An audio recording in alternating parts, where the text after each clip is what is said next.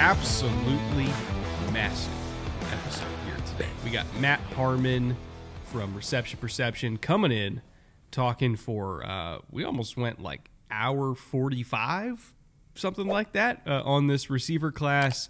Talking obviously a lot about the big names, also some lesser known names. Matt's just the best. He does a ton of work on this position group specifically every single year. So we had to get him on to talk us through it. I kind of don't want to waste any time, EJ. I want to get right into it. So why don't we do that? We'll roll the interview that we had with Matt, and then we'll come back on the end. This is one of the best wide receiver classes in recent memory, which is why we have on the wide receiver guru himself, Matt Harmon, creator of Reception Perception. How you doing? Well, guru, I don't know, but the logger of routes himself, Matt Harmon. No, I appreciate you guys. That's what you wide are. Receiver nerd. Yeah, wide receiver enthusiast, appreciator. I'll take it all. And this is a great year to be a wide receiver appreciator because there are so many wide receivers to appreciate in this class, as you mentioned, and so many good ones all the way at the top. I started charting prospects earlier than ever this year just because I was so geeked and gassed up to get to these guys. And I just lived up to the billing, man. It's been a lot of fun here over the last few months and weeks and everything. Yeah, we've wanted to have you on the show forever. I've known you for a very long time. You've put up with a lot of my shenanigans, so consider this payback. I don't know. Just more of the same. My pleasure. Anyway. My pleasure, EJ. It's always been my pleasure.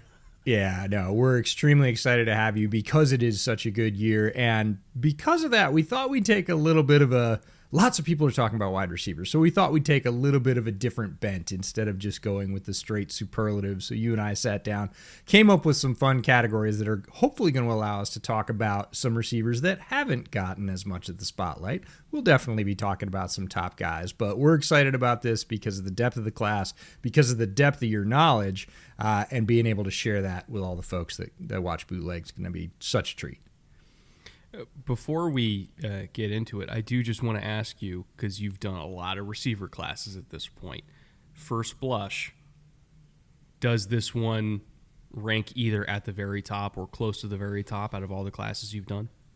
Yeah, so I have stacked prospect rankings on receptionperception.com, which I figured would be great for the subscribers and everything to kind of see not just, hey, like last year, where does Zay Flowers rank, but like compared historically to the prospects I've worked on just since 2021, because that's all the data that I have on the site. I have some other backlog data from like 16, 17, and 18, but since it's not on the site, it's just these last four classes stacked together. So looking at just those classes, like the top three guys this year, I gave all tier one, rankings. So to me, that means these guys are top 10 worthy picks in the NFL draft. And they are guys that I think are ready made to be superstar receivers. Like they'll graduate into that superstar receiver at some point.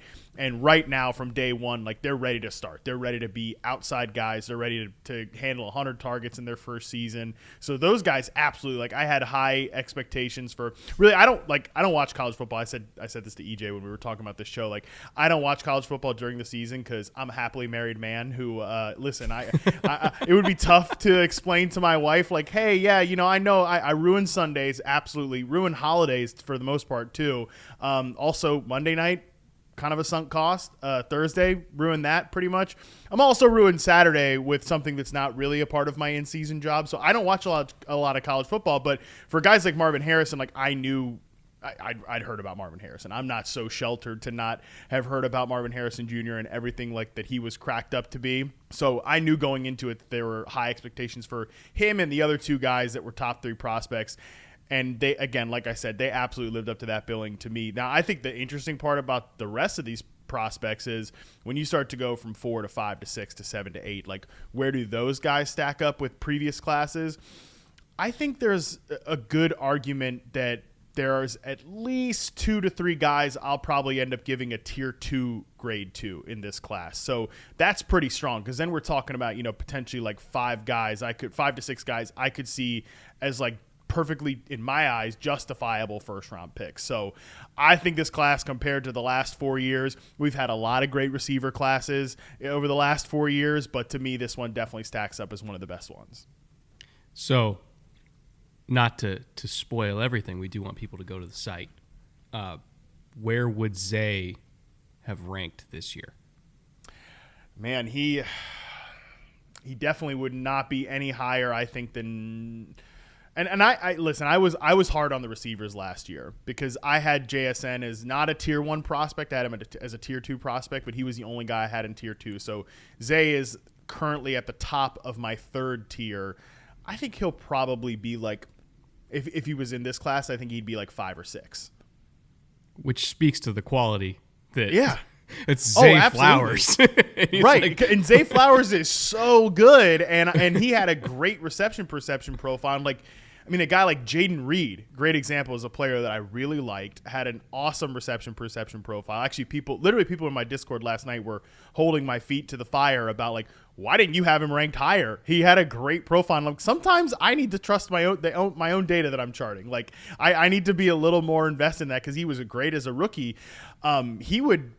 He's not even going to be close to like a top 10 receiver if he was ranked in this class. And Jaden Reed is awesome. So again, like that's the strength of this class. And just, I would also say too, even just, and I'm sure you guys agree with this because it's hard to disagree with it about this class, that the beauty of it really is not just like, hey, there's a lot of good players. There's a lot of different types of players, even within those top 3 players. But certainly once you get into the 2nd and 3rd tiers, like you're looking for a vertical X, we've got that for you, man. You're looking for kind of that layup slot receiver. We've got those. You want like a speed-based flanker that maybe you can shift inside. We have that as well. Like that's what's interesting about this class is like we have those true X receivers, the hulking guys on the outside that can win against press man coverage, which was not really what the 23 class had. 22, definitely we had some of those guys, but 23, we did not really have those guys. This year, it's available in spades while also offering you a lot of the types that last year's class specialized in, some of those slot off-ball players that are going to be more quick separation based. Yeah, you can find pretty much whatever you need in this one, and that to me is incredibly interesting. And we've got, luckily because of our categories, the ability to talk about all those different types and just mix them up in the same bowl, which is, we spend so much time trying to pry them apart and put them in columns, and that's all useful, but we're going to talk about all those types today and hopefully give this class its due. The whole format we have is basically, again, category by category, and I think the first one is apt because the job description is wide receiver. You got to receive the ball. You got to catch the ball. It doesn't matter how good your routes are. It doesn't matter how fast you are if you can't freaking catch. MVS. So, first category here, we're each going to choose a guy for best hands.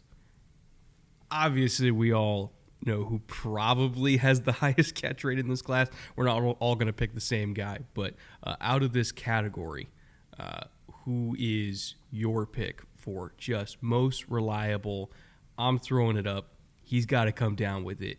Who's your guy? Yeah, for me, and I have such a high opinion of this player that I could have put him for a lot of these categories here. But for me, it's Roma Dunze. For people who are not familiar with reception perception, what I do is over an 8-game sample, I go in and I chart every single snap, every single route that they run, where they line up, what position they're starting in, what route they're running, how often they get open on those routes. And obviously I'm charting things like targets, catches, drops, contested catches. So in that 8-game sample for Roma Dunze that I charted, he did not drop a single pass, didn't log him with a drop.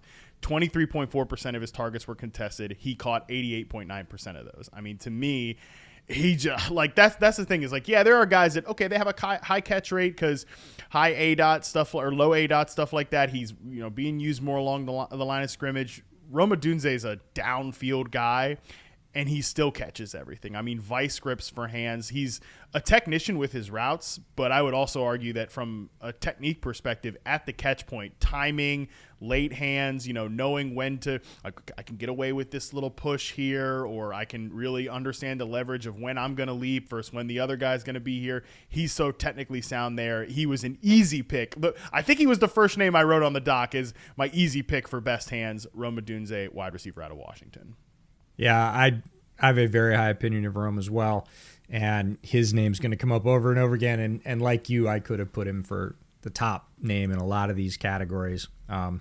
You put Rome down first. I'll give you that. He was one of my gems. I've already talked about him. I think I was racing EJ into the dock. I'm pretty sure right after we talked, I was like, I'm gonna get in here, and I'm gonna, at least for one of these, I don't know which one it's gonna be, but probably hands, I'm gonna give it to Rome Odunze. And I'll gush just one little bit longer about Rome here. Man, I mean, he really is good at everything, guys. Like, I mean, and you guys know this, but he's just so technically sound off the line of scrimmage. Like, I don't see the separation concerns at all, that some people do. Check out his reception perception chart. A lot of green in that route tree. In fact, he's over the average success rate on every single route on the tree. I gave him the Devontae Adams comp, and I don't like to give out comps of like, a guy of, one of the top 3 players at the position for the last 5 years. But his game is so similar to Devontae Adams and just great to elite at everything. And like, maybe not the most, explosive player, but he absolutely gets separation and works himself open to make those big plays, whether it's contested down the field or in those intermediate areas. It just feels like nitpicking. Like you're like, it's like, okay, nobody's perfect, but boy, he's close. He's really close. What am I going to find to put in the negatives column? It does feel like that when you're scouting his tape, but I wanted to go in a different direction. I chose Ricky Pearsall from Florida, who is a receiver, I think, that's flying sort of just under the radar. A lot of people are talking about him, but I don't think talking about him sort of enough or in the right ways for me. And in terms of best hands, very low drop percentage, one of the lowest in this class. And he also had 2 spectacular catches this season that really sort of, if you were paying attention to Florida games, which a lot of people weren't, made you think, oh, well, we see those all the time. Those are highlight catches. And I kind of went into it. I'd seen those, but I had not seen his tape. And when I went into his tape and I looked over and over again, I think best hands can be a couple of different things, but when you're playing with a lot of targets that aren't necessarily on your frame and you're still converting those to catches, no matter where they are and no matter where you are on the field, that's the thing about Ricky Pearsall is he has great hands, short, medium, deep, and he can make spectacular catches as well, but he is a true hands catcher. That's more rare than you might think. Maybe not you, but the general public thinks everybody catches with their hands. Not true, especially not in college. Pearsall snares the ball away from his frame consistently, very strong hands, very clean catcher, doesn't fight the ball, and had a lot of targets too. He wasn't one of those guys that had like 30 or 40 targets and caught them all. So I'm picking Ricky Pearsall not only because he can make a spectacular catch, but also routinely when you watch his tape, when you do dig into all those targets, you see it over and over and over again. It's a habit for him. I love that about his game. Love the player. I think he's going to get drafted probably a little bit higher than some people think he might because he is very complete. Like you talked about those tier 2 grades. He feels very much like a guy that's sort of tickling that tier 2 grade, if not then top of tier 3, but can contribute from day one with a lot of different skills. Routes, got good size, got great hands, good speed, like just a very complete player when you dig into the tape. But man, you just see the ball come anywhere near him and it's his. I love Ricky Pearsall, man. I was happy to see that one of you guys put him on the dock because I couldn't quite find another place for him in any of our categories. If you had to kind of speculate, EJ, or maybe like project, what role do you think he, like in a wide receiver room, does he fit best? Because I've kind of like tossed that around in my head a little bit. No, I would agree that it's not a set thing, and I actually think that helps him, is he can play from the slot. He can play outside. I would put him as a number 2 outside, but he's shown ability to win, again, in both areas. He can come across the middle of the field. He knows when to settle down. He's got enough speed and routes to separate. So, again, I don't think that's defined, whereas we'll talk about in a later category where role is very, very important. I think with Pearsall, it's less important. He has that flexibility. If he's going to come into an established wide receiver room, let's just say, well, let's just use a team I'm familiar with. Let's just say he comes into Chicago. He could play slot, or if they want to put Keenan at slot, they could put him outside. And then in a couple of years when Keenan moves on, presumably, again, they could by then know his very best place, put him there, and get another third wide receiver. So there are other receivers in this class I don't think you could do that with. With Pearsall, I have less concern about that. If I had to pick my absolute favorite, I put him outside as a number 2 because he's got enough speed to win, And I really like his routes around the boundary, and he's just going to get more of those in that position. But it feels a bit like we said about Rome, just sort of picking nits about, the very best fit. I think he's the kind of guy where it's not about what he can do. It's about figuring out what your other guys in the room can't do, and then you just make Ricky do that. Yeah. Right. He just like fills that. in wherever you need him. I like that. I had a sorry, just last time Sure. we'll move on from Ricky, but we're talking about like two of the guys I really, really like here. I had him in an article on Yahoo. I pegged him with the Eagles, just because like I think they really need a 3, and that allows you, because I think all 3 of those guys can play. Maybe you don't want Ricky playing X, but like I think Devonta Smith's good enough against press coverage that he can play X. Obviously, AJ Brown, like you could definitely throw him out at X receiver and then allow those other 2 guys to be flexible. But like they signed Devontae Parker in free agency, and like, okay. Devontae Parker's not making me not draft Ricky Pearsall. Right, like and he's just a pure X. Like that's all he's gonna. He's not really gonna get open over there. He never has. So I loved that idea, and like that's sort of like fan fiction for me of Ricky Pearsall in the Eagles jersey. I can see it, and I can see him in in Kellen Moore's offense, especially allowing for a lot of like deployment flexibility, which is really exciting. That would also be like such an Eagles move of like, hey, we have so many problems on defense, but at the same time, if we score 45, yeah, they can't outscore us every game. My best hands, and I wanted Rome. I also wanted Ricky. So I was like, okay, where else can I go? I'm gonna zig when you guys zagged.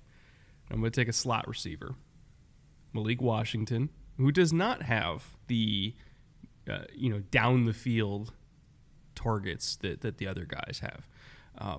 In fact, his ADOT is a lot lower than most guys that you would think putting on like the best hands category. But he had 144 targets and had 3 drops. And I understand down the field catches are a lot harder because you got to adjust and everything like that, which he can catch down the field, by the way. He did get some down the field targets and caught everything. It's hard to go an entire season just getting like 12, 13 targets a game and to only drop one once a month. Like that's just a really, really hard thing to do on a volume basis. I really love Malik Washington. I was trying to find just where can I talk about him? And we've talked about him over and over again, from our Shrine Bowl recaps to our Gems episode. And I want to hammer this point home because I don't think we've talked about his hands before. This is a guy who could catch 90 balls in a year without needing to target him 200 times. Like it can be third Malik, and you can rely on him, especially over the middle, especially through contact. So I love him a lot. Have you gotten to chart Malik yet? I have not gotten to him yet. I know EJ's been like that was a guy you were definitely knocking on my door about, like, hey, have you seen this guy yet? Have you seen this guy yet? Have you seen this guy yet? So I'm excited to chart him, but I haven't. He's actually right up the street here in Charlottesville, UVA product. So yeah, no, he's one I definitely need to get to. Yeah, he's tremendous, all around game. Again, didn't necessarily have as many deep targets, but when he did have them, he did catch them. So he almost falls into that piece of the category of, oh, can he not do it, or was he not asked to do it a lot? And he told us at Shrine Bowl that when he got to Virginia, he sat down with the coach and they're like, we're going to feed you the ball. Like, that's our offense. You are number one for a reason, and you are going to get targets. Lots of them. Get ready. And he was like, I'm ready, coach. That's why I came.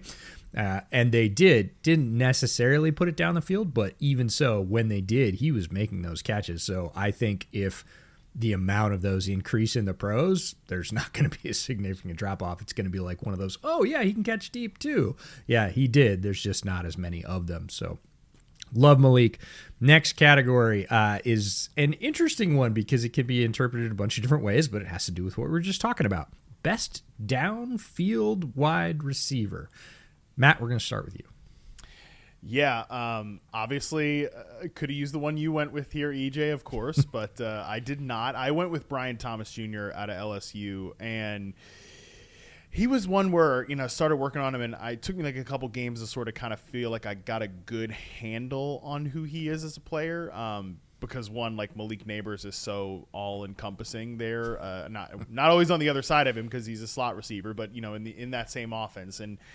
But Brian Thomas, I think like he's only running a small handful of routes. Like in the games I've logged for him, 68% of his routes have been slant, curl, or 9 routes. So you don't get a ton of him on like posts and corners and some of those other downfield type routes. But man, when he runs a 9 route, press coverage, like he gets open and he gets open. Like the reason, some people get on Jaden Daniels, and I've definitely said it on some of my shows too, that like, he doesn't, I'd like to see him take some more middle of the field stuff. But then part of me is also like, is he not taking middle of the field passes because like he can pin a slot fade on Malik Neighbors or a 9 route on Brian Thomas? And that has been something I've had to ask myself. I'm like, what might, now, if he ends up getting drafted by Washington at 2, I mean, they're going to just do the same thing, throw a bunch of hitch routes and slot fades and all that, and we'll see how that turns out. But maybe Jaden Daniels ends up being a more middle-of-field inclined passer when there's some different type of receivers here, because Brian Thomas is just one of these guys that he just gets easy separation as like a long strider, a smooth mover on those 9 routes. I think when you see him run post routes, specifically against man coverage, maybe I think he could tighten up a little bit against zone and really kind of play with a little more urgency at times. But when he's working that man coverage on post routes, you do see that as well. So he's just a guy that, like, I think in a weird way, we always look at these guys that are big and like long outside receivers that are fast and say they have a really high ceiling. And I think theoretically a player like that does have a really high ceiling. But to me, actually, I think he's got a rather high, like, early career floor, because it's like the actualized version of what people wanted Christian Watson to be. And Christian Watson actually was this, like, I think he's a much better prospect than Christian Watson, but Watson kind of was this guy from a downfield perspective, not right away in his rookie season, but in the back half of his rookie season. And then there's just been injuries and stuff like that. But hey, like, I know that if I throw him out there as an outside receiver, he's going to win me downfield routes. And like, as everything else develops, then do we maybe see him become more of like a true number 1 type of target? I think that's within his range of outcomes, but I feel really good about like dropping him onto the NFL field. And maybe I only throw to him 5 times a game, but a lot of those are going to be on deep targets. And I think he's very good on those deep targets. We were talking to JT O'Sullivan last week, specifically, about Jaden Daniels and how do we evaluate this offense? Because it's like, they don't really work the middle of the field. Is it because they can't or because they don't have to? And JT had a very good point about this. He's like, these are coaches that are paid a lot of money to win football games. If they're going to give you middle field closed structures all day long where you can just throw slot fades to Neighbors and Brian Thomas, why would you call anything else? Like, why would you? If you don't have to do it, if they're not taking it away, that's what you're going to do, because you got to win football games. It's LSU. If you lose 3 games a year, you're going to get fired. So it's like, and you got to score points because your defense isn't stopping anybody either. Exactly. So like we have to score a lot of points here, and that is how they did it. And they could, because of those guys. I think of Brian Thomas Jr. as we talk about corners as bump and run all the time. I think he's a bump and run wide receiver. Like, he is big enough that if he gets into the body of the DB and they don't get turned, you're throwing that ball 100% of the time, because he's going to beat them in a foot race.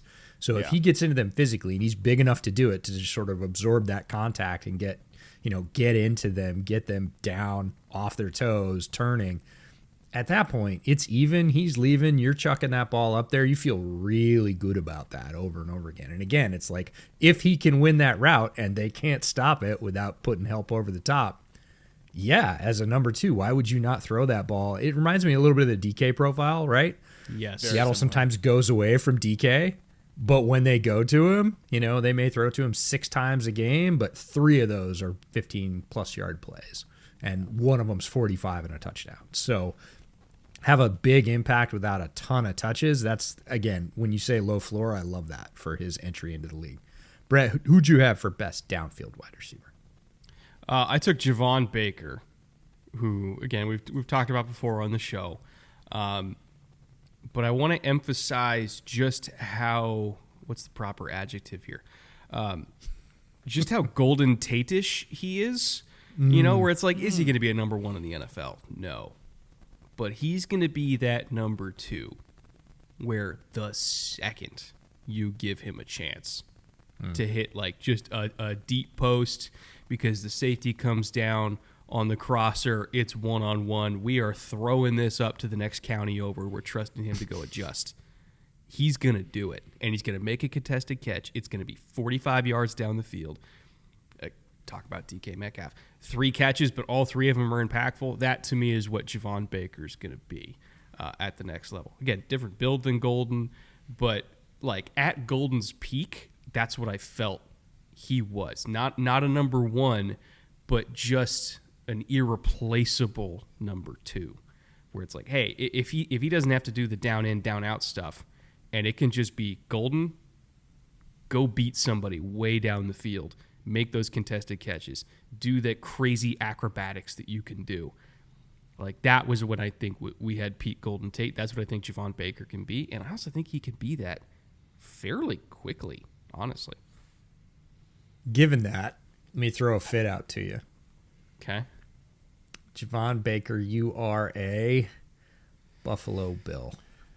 It's so funny. It's so funny you're saying that, because in my head, like when I've charted him and especially hearing Brett like talk through that, I was thinking he's what like fantasy drafters 2 years ago and what Bills fans really wanted Gabe Davis to be.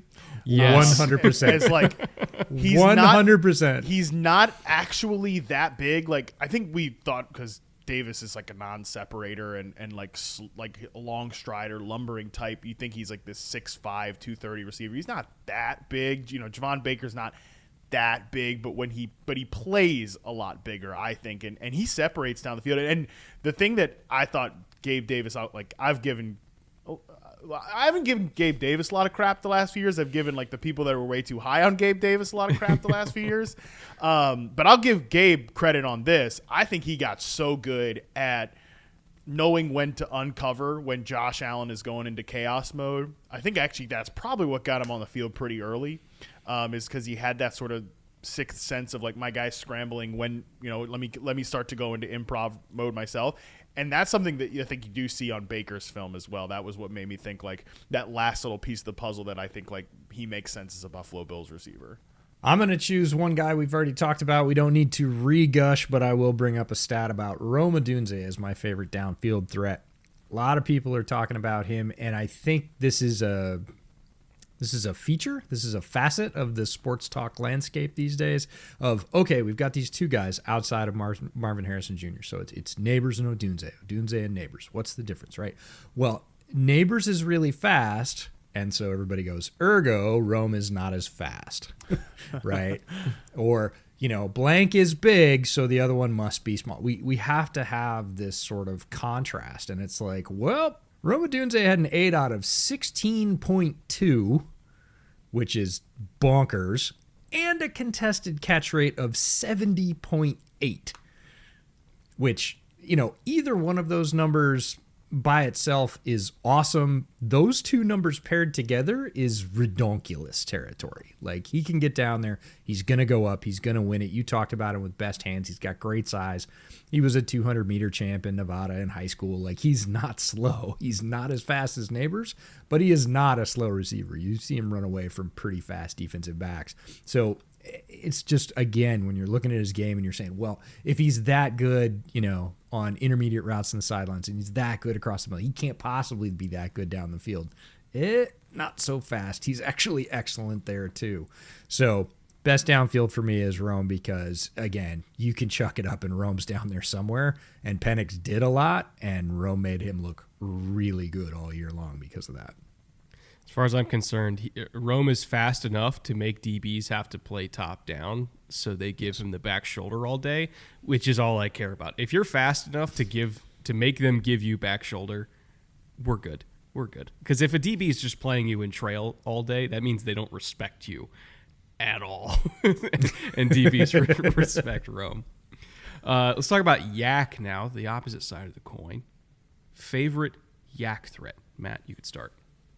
Yeah, I went pretty chalk here, and I did go with Malik Neighbors on this one. I mean, he's a walking, talking, explosive play, man, and I feel like he's so interesting too, because he's a guy that like it happens so quickly, both in the route and after the catch. Like he is just going. So it's crazy. So the last 4 draft classes, I chart broken tackles as well. You know, when they're in space, you know, for plays where they catch the ball and they have an opportunity to break a tackle. You know, do you go down on first contact? Do you break 1 tackle, or do you break at least 2? Break multiple tackles here.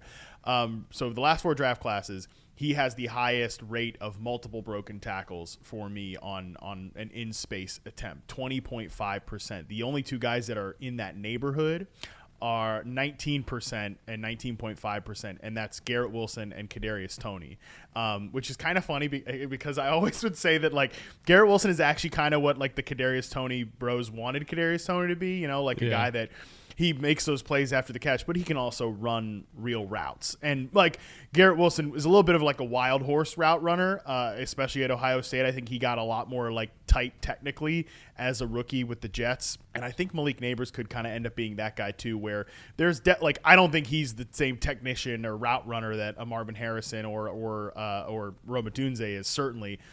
But he separates because he's so explosive, and then that explosiveness also translates after the catch. So I actually ended up giving those guys, like in terms of where I ranked them the last 4 classes, Garrett Wilson and Malik Neighbors, like right kind of back to back to me, because their games feel very similar. But yeah, I mean, just how he can not just like I love guys that catch the ball and immediately transition to YAC threats.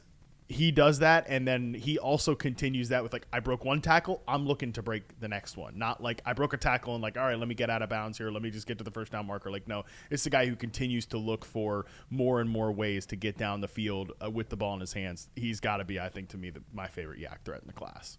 The characteristic you just described about Garrett is the way I think about a guy we just talked about, Javon Baker, in terms of being a wild horse route runner. Like, Javon Baker is all over the place. Like, he is athletic and explosive and just sort of gangly and wild, and defensive backs just don't know how to put a saddle on that guy. Like, very similar quality. Favorite YAC threat for me, I'm going to go a different direction, again, because I saw the folks that you put on the list, and the one that Brett picked, I think, is probably the most talked about YAC threat in the class. I wanted to sort of zig when people zagged again. I'm going to go with Josh Cephas, receiver that Brett and I saw live, not this last year, but the year before when UTSA played Texas. We were there for that game, and both their outside wide receivers were towers. They're 6'3" and 6'4", or 6'2" and 6'3", and we were like, man, those guys are they're big, they're fast, they're pretty good. Josh Cephas has fallen a little bit out of the spotlight, and I understand that, but out of his 1,049 total yards, 547 of them were YAC. So 52.1% of his overall total is after the catch. Some of that's the offenses he was in, some of that's the catches they asked him to make, but he is big and fast, and like you said, transitions very quickly. He is, you're charting broken tackles. I wish you could chart broken angles, because I'm sure that Malik Neighbors would lead the nation in broken angles, but Josh Cephas is right there. He'll catch it, and his ability to accelerate away from a defensive back on an angle and then have them go, oh no, and turn their hips as they realize they can't catch him is really fun to watch. So he's not at all a jitterbug. He is very good at taking one step right after he catches the ball to make that first guy miss. So if somebody's diving at his feet, and he'll do that little side step, and the first guy misses, and then everybody else on defense goes, oh no. That was the guy we were really hoping was going to slow him down, because now he's fast and we don't think we can catch him. So his YAC per reception, not the highest in this class. There were lots of guys that we've already talked about that are a bit higher. His was 6.7. Still, very respectable. Not the highest, but when you look at that overall percentage of how did this guy earn his yards, caught the ball, made one guy miss, and then just pinned it. And he is big and he is fast. And people have sort of forgotten about him. His name's down there in the 200s for a bunch of different reasons, but it's not his physical profile or his production profile. And so shine a little bit of light on Josh Cephas. Good receiver. He's going to get drafted a lot later than a lot of these other guys. But man, if he gets into camp, gets right, gets a relationship established with whoever his quarterback is, they're going to be like, don't let that guy off the practice squad. Like, keep that guy around. He's probably going to make a roster, because he's going to be one of those guys that's going to make a bunch of preseason plays. See, I see your 52% YAC percentage. Yeah, but and I raise I you knew this 70. was your guy. I knew this was your guy, and I was like, man, if I take him, Brett's gonna whine. I gotta find somebody else. Malachi Corley, baby, the YAC king of this class. 8.5 yards after catch per reception. 70% of his yardage was after the catch. Matt, have you got to chart him yet? I have, yeah, not a full sample, but I mean, yeah, definitely he's a guy that does not go down on first contact very often.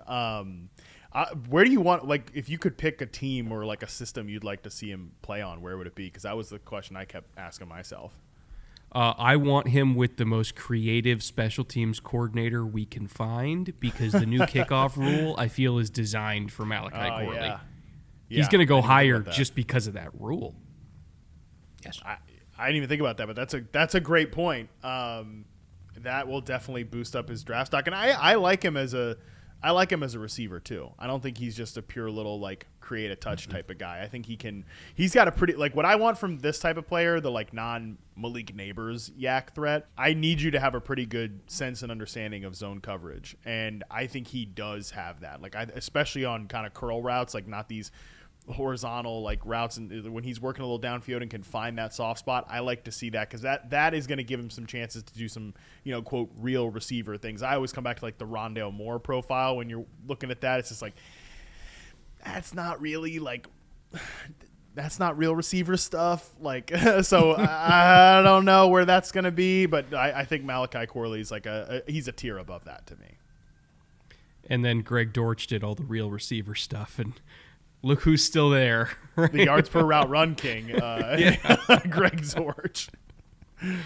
All right, next category, favorite comp for a wide receiver. This could just be the comp that makes you, or the comp that you feel is like the most dead on. It could be for anybody. Like the guy who most made you feel, oh my God, it's blank in this class.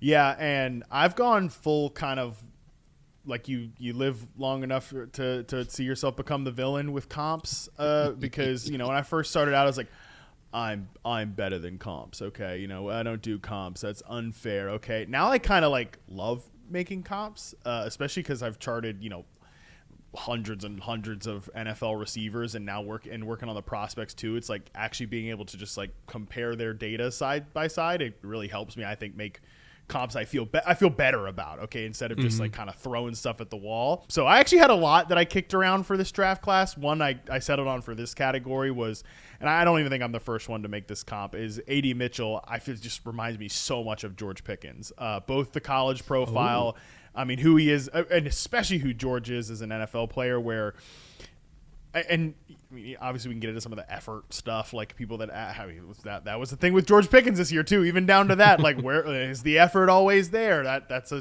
Steelers wide receiver thing for sure. But I think just as players, as receivers, these are guys that are pure throwback X's. They're guys that you can line up on the line of scrimmage and trust them to beat man press coverage. Now, some of the stuff against zone is a little less than what you want to see out of both George Pickens as a rookie for sure, and then A.D. Mitchell in his college profile, just so much more effective and so much tighter as a route runner when he's working one-on-one against somebody, when he's working off the line of scrimmage. Like, he's going to have a really high success rate versus man and press coverage when the data comes in on his reception perception profile. And the routes that he's going to be better on are the George Pickens routes, the dime route, the corner route, the post route, the out route. I think some of the stuff closer to the line of scrimmage, like for A.D. Mitchell to reach his maximum ceiling, and frankly for George Pickens to reach his maximum ceiling too, like, you got to see those go up if you're going to be like 130, 140 target receiver. But if I can take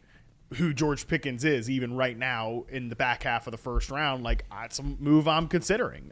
So I thought that sort of profile for both of these guys made a lot of sense, connecting those two for multiple different reasons. Brett, I actually wanted to ask you about, because I saw your IMO comp for A.D. Mitchell was CeeDee Lamb. And I love CeeDee Lamb, man. I'm such a big CeeDee Lamb fan. So I was curious from your perspective, like, how do you feel about him as like a George Pickens type versus the CeeDee Lamb type? Role wise, in terms of how he was used, 100%. I see that of like, hey, AD, there's a press corner. Please go beat that guy. Yeah. And he did it, right? the reason why I threw out CD, and it's really more of it's more of an athletic comp than anything else, right? Because I feel like for a guy his frame, he's a bigger frame guy, he was so loose. Like his hips felt loose, and he has this interesting ability. You could almost call it like crazy legs sometimes, where it's like when he's given like those rocker. And I swear to God, he's improvising too down the field. Oh yeah, where he's given these just like super wide rocker steps, and he's like, one of these is gonna work. Like eventually, you're gonna bite on it, and then I'm gonna go right. There was one rep, I think it was in the TCU game. It might not have been the TCU game, where I swear he did it like twice in the same route, where he did it and the corner didn't beat, and he's like, I'm just gonna do it again. Like, it worked, I think it was TCU, because I was working on that this morning, and that sounds familiar actually. So, but like he's such a I like to call him like an improvisational player, because he will just kind of throw stuff in down the field in order to get late separation, right? I think he's got tremendous ball skills, like Pickens. I think you could put him on the line of scrimmage, like Pickens. Former Georgia Bulldog, like Pickens. And for people that have a Pickens comp for him, and there are others that see that almost like a negative thing, do you think the Chiefs would spend the 32nd overall pick right now on George Pickens? I think they would. Yeah. So it's like he's still going to be a first rounder. God, I want him on the Chiefs so bad. Not just because like it'd be cool to see any receiver with the Chiefs, but I feel like, it's funny you bring up like kind of the dramatic. I almost want to call him like a dramatic route runner at times, but like all of the rockers and stuff like that. I almost think sometimes, and just the way he's so loose, like the hips are so loose, I think that sometimes gets misconstrued as him being like lazy or loafing through routes and stuff. Because I think there's like with everything, there's always like some truth and then a lot of myth, like things get exaggerated. I think that's kind of the case with him in terms of the loafing through routes or taking plays off and stuff, because he's just such a weird mover. But for whatever the percentage of there is anything like that, or there's any Pickens in him, the Chiefs are the best team to absorb that. And it's like that is just what they need. They need like an X so badly to complete this receiver room. So yeah, talk about fan fiction. I am like actively wish casting him as the 32nd pick. As far as I'm concerned, the Chiefs made Rashee Rice work. They can make anything work. 100%. I mean, yeah, I was not a big Rashee Rice guy. But like, and I tried to get him to talk about this at the Super Bowl when I spoke with him, but he didn't really go. He was just. I asked him like, "Hey man, what you were doing in college at SMU from a role perspective, so different than what they had you doing in your rookie year, especially the final year at SMU." And he's on the line of scrimmage and he's running a lot of these like 80 Mitchell routes. It's just downfield stuff. It's contested situations, and then you see him as a rookie. You're like, he's off the ball. He's in the slot. He's running crossing routes and slants and little hitches, and that's it.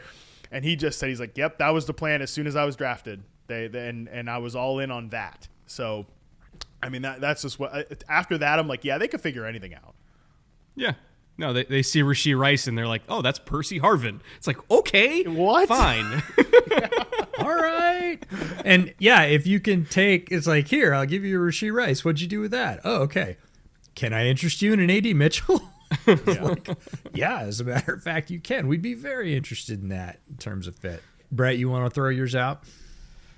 So, again, another guy that we've talked about repeatedly, and in a wide receiver episode with Matt Harmon, I got to bring him up. Taj Washington. Have you got to watch him much yet? A couple games, yeah. A couple games. There's a narrative that gets thrown out that USC didn't have receivers for Caleb to throw to. I'm telling you right now, if Caleb goes to Chicago, the first thing he's going to do after Ryan Poles welcomes him to the organization is be like, cool, get me Taj. That man has unwavering faith in Taj I know Washington. You only have 4 picks, but figure it out. Yeah. I swear to God he's going to do it. He's like the ideal number 3, where again, catch 3 to 4 balls, but it's going to average 15 per. He's going to be exactly where you need him, when you need him, on a critical play. He's not going to be the number 1. He's not even going to be on the field when you're doing all the 12 personnel stuff that we know Waldron likes to do. But it's going to be 3rd and 11. Taj's going to roll out there. He's going to get 12, walk right back to the sideline, be like, cool, did my job. See you guys next week. Like, that is Taj Washington, which is why my comp for him is going to be Taylor Gabriel.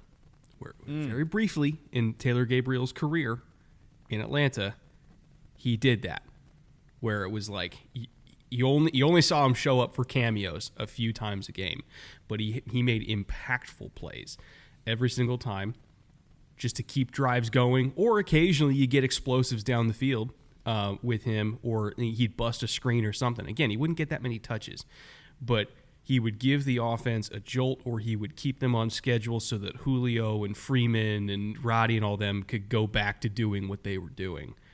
And I feel like every offense needs that kind of guy where his one job is to just keep shit on track. That's Taj Washington to me. I like that take. He reminded me a little bit of like Calvin Austin when I was watching him. And Calvin Austin's not come anything in the league, but I mean, well, not that he's nothing, but shoot, he might be the second most talented receiver on the Steelers right now. We're gonna find out. Yeah, we're about to find out.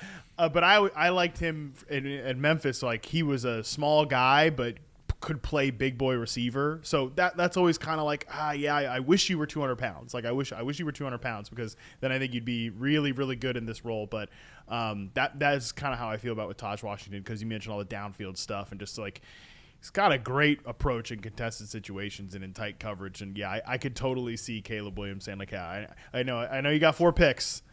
Consider a trade down and get me some more ammo to get this guy on the team. That's the thing, is you're not going to need a high pick to get Taj. You're going to be able to get him down in the 140s, 150s, around that range. So they don't currently have a pick right there, but you can get one. It's not overly spendy to do it. One of my favorite things about Taj, great hands, 1.9% drop rate. And he did not always get accurately delivered balls. That's not on Caleb. A lot of those throws were rushed, and a lot of those throws were lobbed towards the sidelines. Even at the pro day, we saw one of the ones go towards the sidelines that he like snagged as the ball was going down towards the sideline, kind of grabbed the back of the ball just like casually, and you're like, oh, okay. That guy can run routes, convert catches. He's got a great set of hands. All right, I'm going to the Wayback Machine for my comp, and I'm going to comp Xavier Worthy. Now, this is a comp I threw out prior to the combine. That's important. So both of these prospects are 5'11". Both of these prospects are 185 pounds. Worthy's vert was better, 41 to 35. His broad was a little bit better, 10-11 versus 10-2. And obviously his 40 was better because, yeah, nobody's going to match that 40. But the other guy ran the 40 when he was drafted in 2009. And at that point, he ran a 4.34. And 4.34 in 2009 was that was cooking. moving. Yeah. That was cooking. And in terms of 10-yard, Worthy at 1.5 and our mystery guest at 1.54. So they were both liquid quick. They are literally exactly the same size, carbon cut size. And a lot of people saw them as only speed threats, and I think they are a little bit more. I think that envelope is a little bit wider for Worthy when you watch him. He is not just a go pry the top off the defense wide receiver. Now, he is not a complete wide receiver, but he's got more in the bag than that. You see him run really good little whip routes. And this receiver also was like, oh, he's really fast, but hey, he can do some other things too. The Wayback Machine says Xavier Worthy is healthy Johnny Knox. Oh, wow. Oh.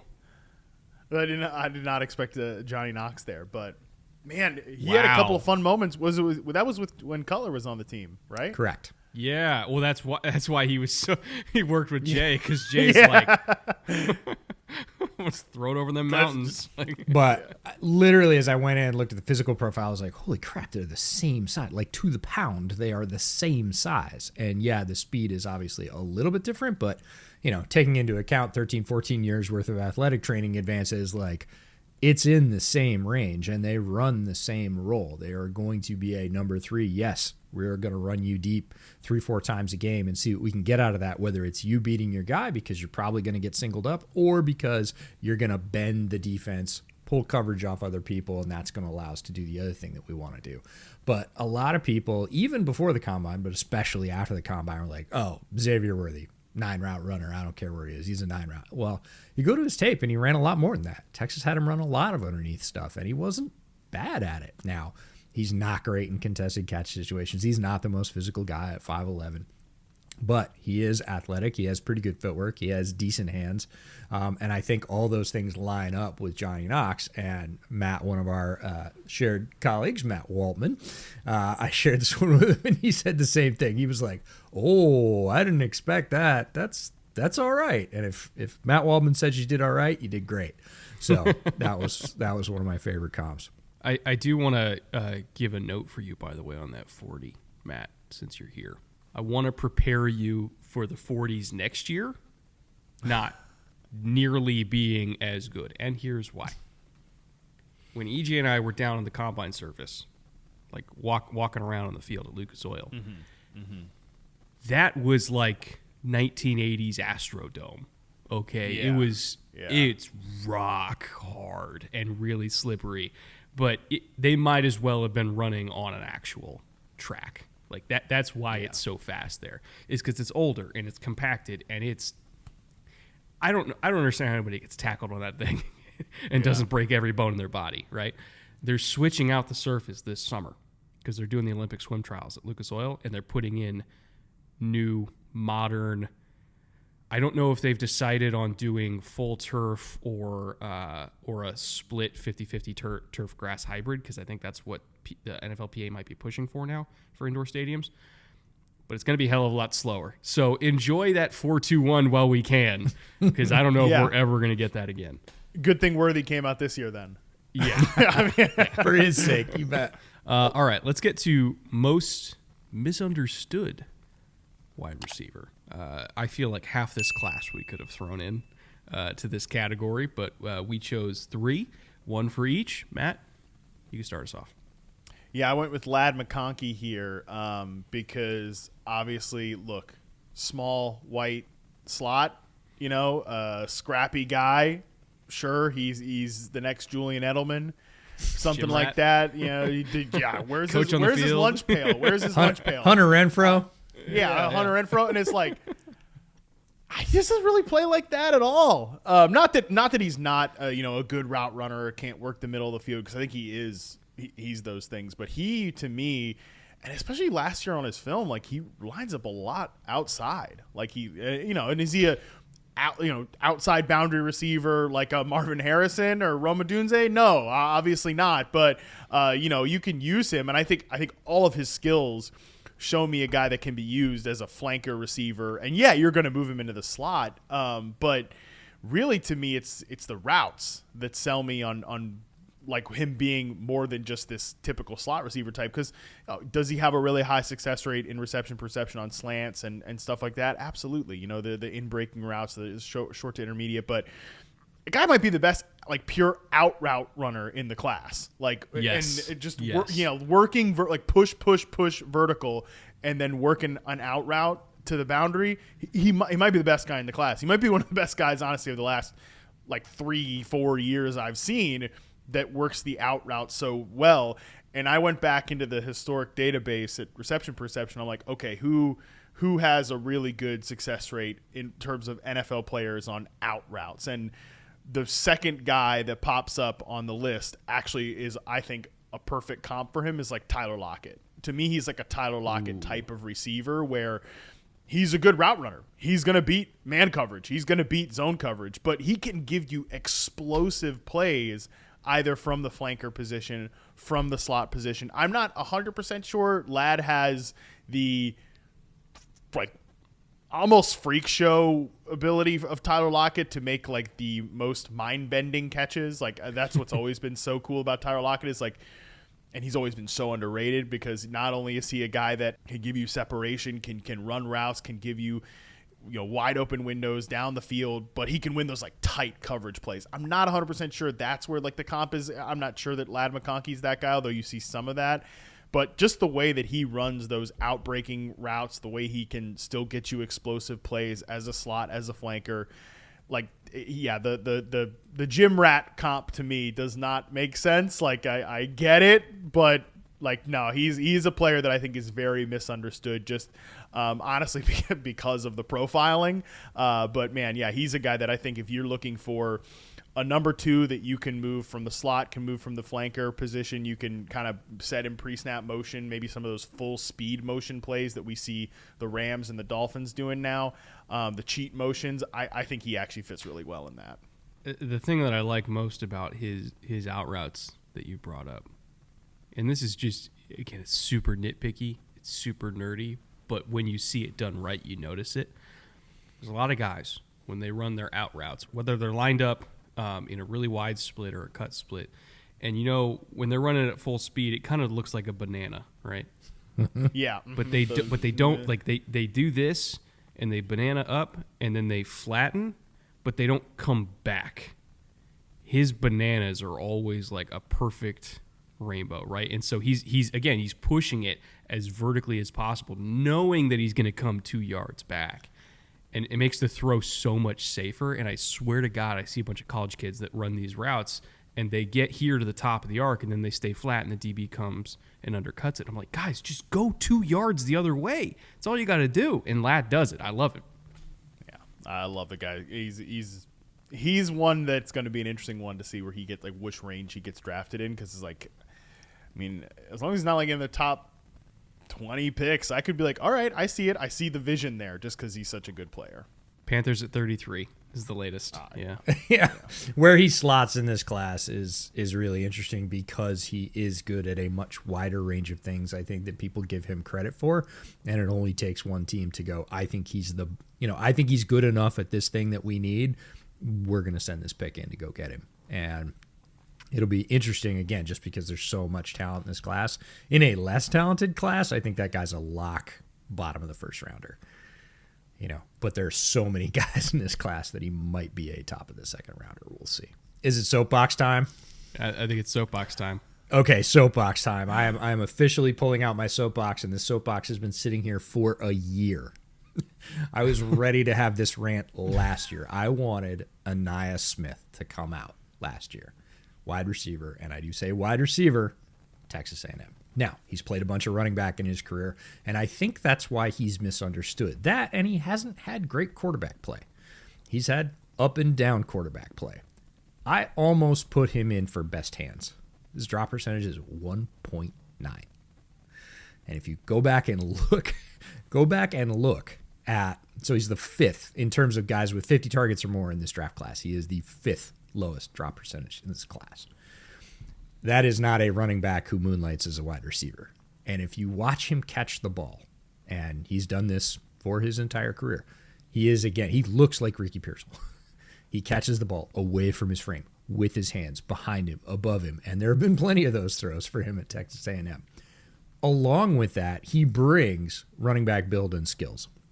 He can get YAC in any way. He takes goal line carries. I mean, again, he played running back in college, a pretty high level in the SEC. But this is, let me get everybody square on this. This is a wide receiver that is incredibly dangerous, that runs like a running back after he catches the ball with an extremely good set of hands. And nobody's talking about him. Like, I think he was sort of at his high water mark last year. I wanted him to come out. He didn't. He went back. He didn't get a ton of production. He got decent production, not great. His production stats aren't going to blow you away. But he didn't get great quarterbacking. The offense wasn't tremendous. The team didn't have tremendous success. And he's one of those guys through no fault of his own that is kind of just sunk down again because this class is loaded. There's a ton of talent above him. People are like, well, is he a running back? Is he a wide receiver? Like, he just played wide receiver this year. However, extremely talented. You're going to be able to get this guy at like 120 in this draft. And he immediately slots in as a number 3 wide receiver. He can play outside. He's not that tall. But again, physical build, you don't have to worry about his ability to beat press or anything else. Very sharp in his routes. Tremendous hands. And once he catches it, he's a freaking running back with a 15-yard head start. Like, this is a dangerous player that people have just kind of forgotten about. And he's going to go somewhere, be good right away. And everybody's going to be like, oh, yeah, I remember like 2 years ago, I saw his tape. He was pretty good. He was a running back, right? And you're like, no. You know why he's fallen so far under the radar this year? It's because people like me, even the ones that have time to do this for a living, are 35 receivers deep in this class, and we still have 15 more to go. And he's in the last 15. I haven't got to him yet, but I know you've been poking me for like 2 weeks. I'm like, you gotta watch him because he was coming out last year. He's one of those guys that late declared to go back, and I was like, Yes, I could watch Texas A&M tape, but I have Holy Cross and Mercer to get through first, EJ. I understand. I understand that the SEC just not that important to you, but no, I get it. Great player. Can't wait to see where he goes. If he ends up with a creative coach that understands that he can be used in all those cool, like, I don't know, Mike McDaniel type routes, right? You can do tap pass, wide receiver sweep. You can run him. The late motion stuff with him, good God, like, good luck. You're not gonna be able to contain that, and he's gonna catch anything anybody throws to him, which is what I think a lot of people really overlook. That was probably my primary card for turning him in as most misunderstood. That, and I really wanted to put him in for best hands, but Ricky Pearsall was sitting there, so that was tough to look over. Have you got to watch Smith yet yourself, Matt? Nope. I mean, if you're 35 guys deep and I haven't seen it, then no, I haven't. Yeah, I just finished with Rosemary Jack Saint, I think was one of the last ones. Oh, yeah. Yeah. I like it. I think it was 34 or 35. All right, my most misunderstood receiver is also one of my favorite receivers in this class. One that I hope both of you have got to already. Xavier Legette. I'm going to end up with him as probably wide receiver 6 in this whole group to me. And the reason why I say he's misunderstood is because people look at the statistical profile of like, okay, 4 years and nothing, and then 5th year breakout. That never works. And correct. Almost never works, but the circumstances behind why it took so long for that breakout are also not normal in terms of dealing with a lot of personal tragedy when he was going through high school, losing both of his parents, unfortunately, before he even graduated. All of a sudden he has to gray shirt at South Carolina. Pandemic hits. Switching coaching staff. It was just one thing after another for a teenage kid to have to go through, right? It was just horrible circumstances for a teenage kid to have to go through. And it took him a while to kind of battle through all that while also being a young receiver on a depth chart with a lot of veterans that were getting all the snaps, especially with the changing coaching staff. And so he didn't really get his chance until the bowl game, not this past season, but the one before that, where he lit it up and basically said, this is what it's going to be next year. I'm going to finally get my chance to start, and that's going to be every single game. And then it was, right? And so I understand he has a very rare statistical profile in terms of ones that succeed, but I also think the circumstances behind why that profile happened are also abnormal, and I think that should be considered. And what that leaves you with is a well-built, fluid, extremely explosive receiver that has a very low drop rate. He was top 10 in terms of lowest drop rates among guys with, I think, 75-plus targets in all of college football. 45% contested catch, which isn't, like, amazing, but it's okay, right?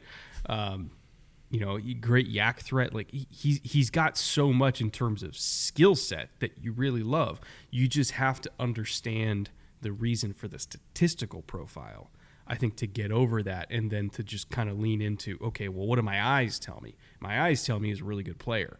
So I think he's going to go in the first round. I don't know where in the first round, but I think athletes like him don't come along very often, and that matters. I have gone like really back and forth on him kind of like game to game a little bit because he's not typically the type of receiver I like big clashers down the field unless they're real, big time route runners, which I don't think he is at this point, but he's super fun to watch. I don't think he's hopeless as a route runner either. Like, I really actually like his work on posts and digs and like crossing routes. I think he would be a guy that I would be willing to take. I don't know if I could take him in the first round, but I think I would be really tempted to take him on day 2. And especially if I miss out on like the Brian Thomas Jr. type, where like I said, he's somebody that I want to throw into a role as like a big play guy that I can count on and maybe develop into a long-term one. I think Legette's kind of like the arbitrage play on that to me. So he is definitely somebody that the first game I watched was like, nah, that's not going to be for me. But then like second, third, and fourth, I was like, okay, now actually I see the vision a little bit here. So hold up. I get it. I get it. Watch more than one game, people. Yeah. So, but sure. I do, but I'm also with you that I think he's got really good hands. So there's a place for him for sure. In terms of role / alignment, deployment, however you want to put it. It's our next category. The receivers where that specific thing matters the most for them. What role they're playing, where they're lining up, what they're being asked to do. Who in this class for you is most dependent on that? Yeah, so to me, this is Keon Coleman. I don't know what you guys think about Coleman, so I'm interested in hearing that. But I come to his film and like you see big guy, contested catch receiver. That's sort of the profile of him. Maybe separation concerns, all of that. And you think like, that's one of those like big body X's that, he's not going to get open, but you throw it to him down the field and like, that's great.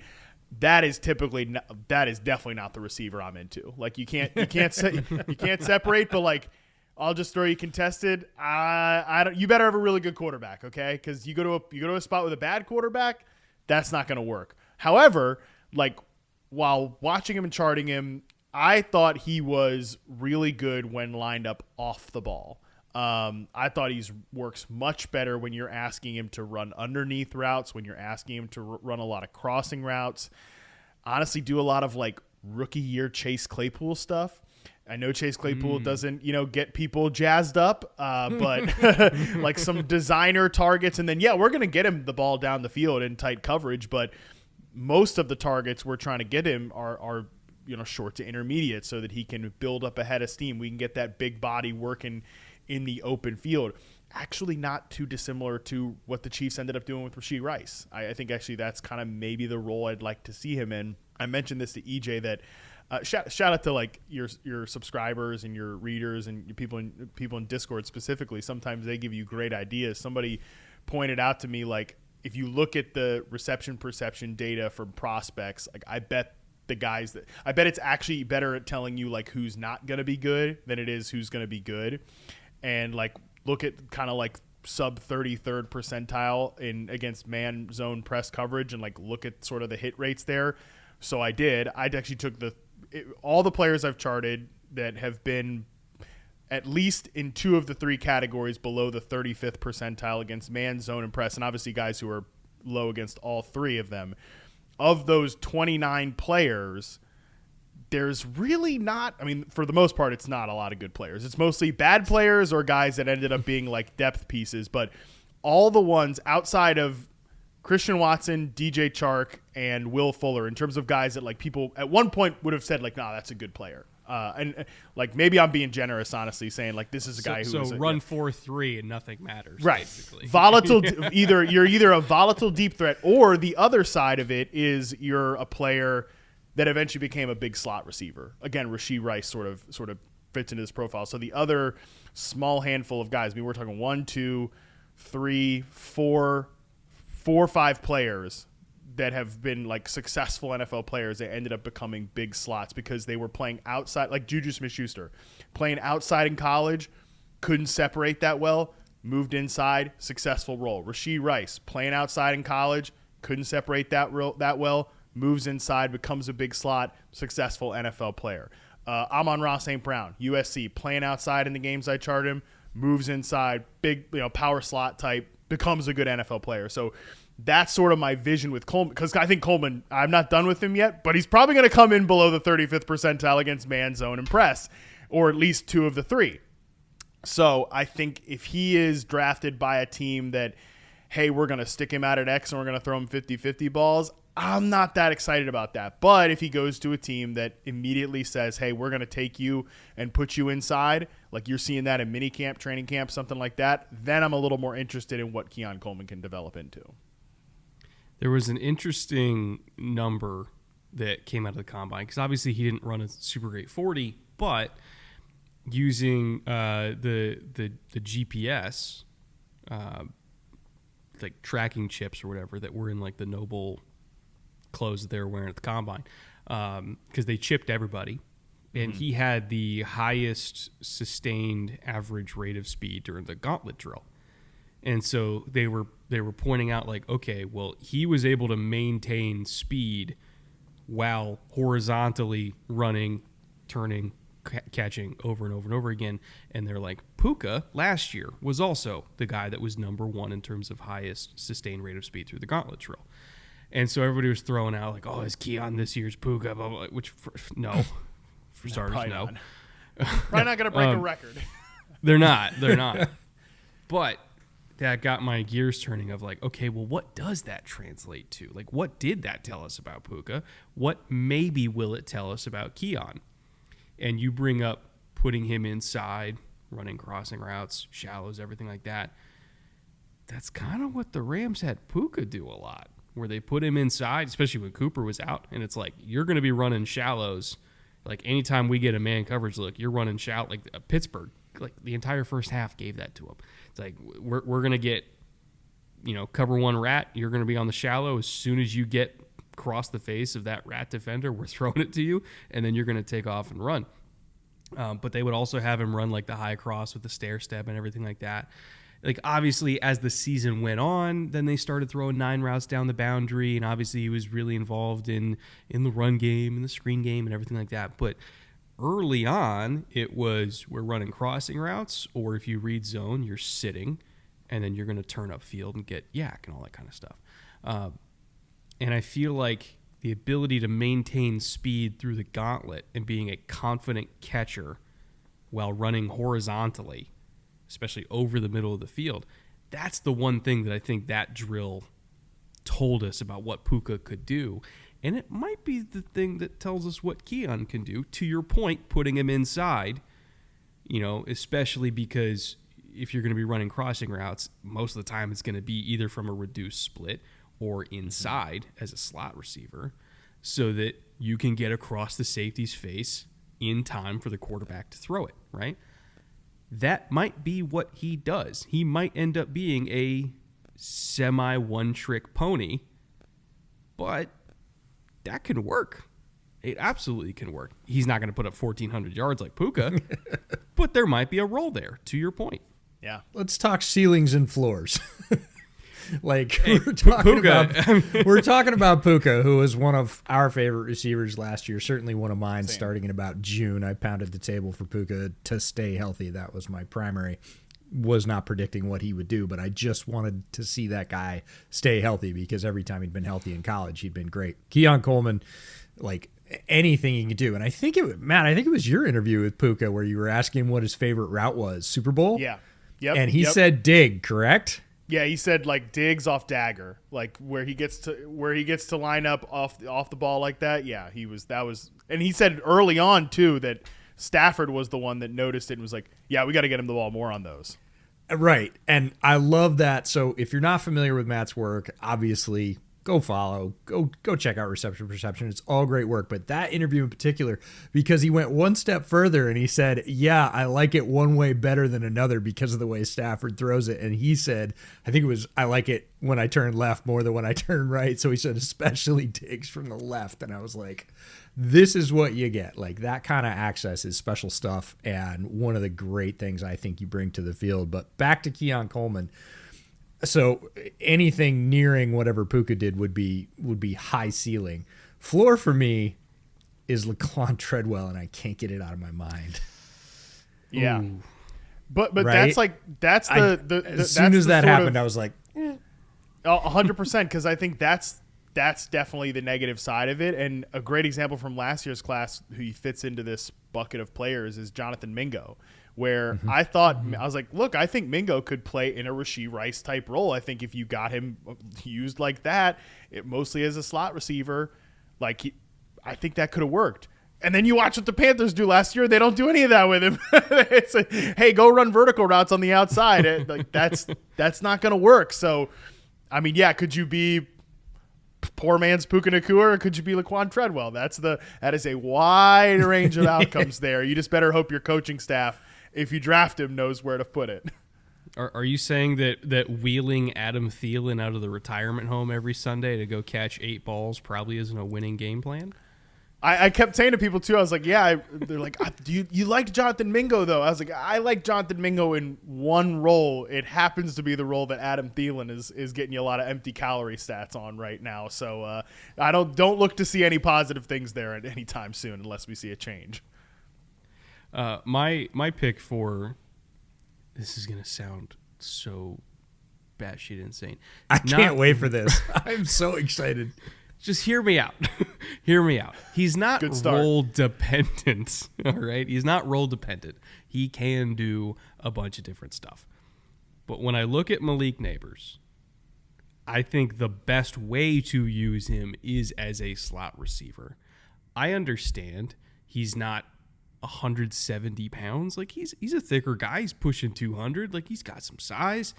I get that. But when I look at LSU's offense, most of his production came out of the slot. Why did most of his production come out of the slot? Well, because they could run slot fades with him, right? And he's faster than everybody, and he's bursty than everybody. And if you're giving him that much green grass to work with, let alone at the college level where the hashes are wider, so if he's running a slot fade to the field, there's like 20 yards to work with. It's like, hey, just go run to that spot.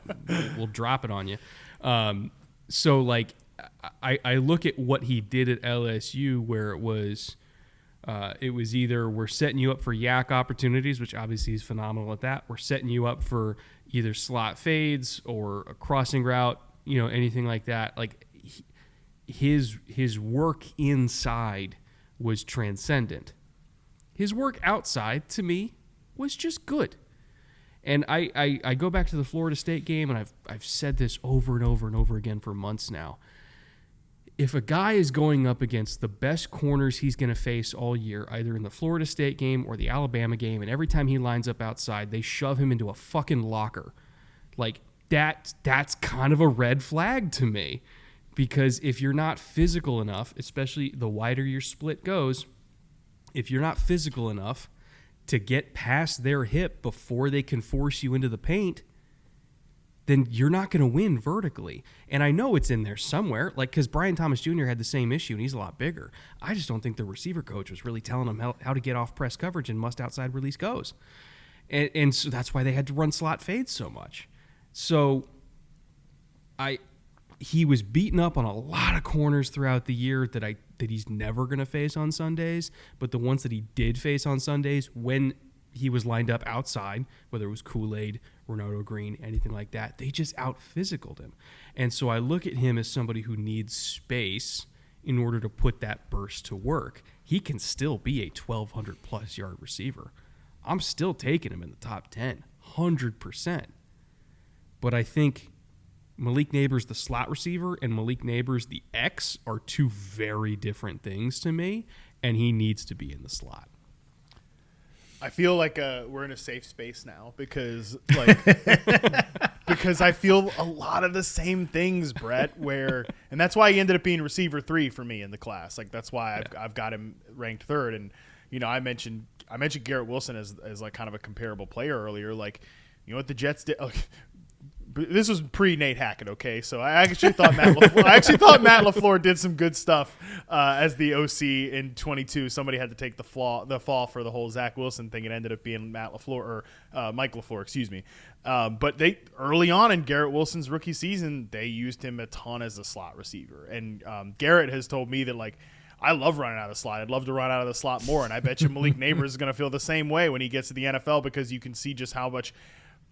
Obviously in college you have so much more of the field space like you mentioned, but just when you get a quarterback, and even for Garrett Wilson, it was like Joe Flacco to start the season, that is able to like work with you on the option routes and like big post routes, working over the middle of the field, like that affords you a lot as a receiver. I think Malik Neighbors would thrive in that. But yeah, I see people compare him to like Jamar Chase or Odell Beckham. Like, I don't see that at all, man. Like, because those were guys that were day one perimeter receivers. And I think Malik Neighbors, just like Garrett Wilson, can eventually be like a guy you line up outside and you're not too concerned about it. But maybe not in September. I don't know. I feel like, again, safe space here because I love Malik Neighbors as a player. He's got a tier 1 grade for me. But like in the dynasty bro space, you say any of this stuff and you're like, hater.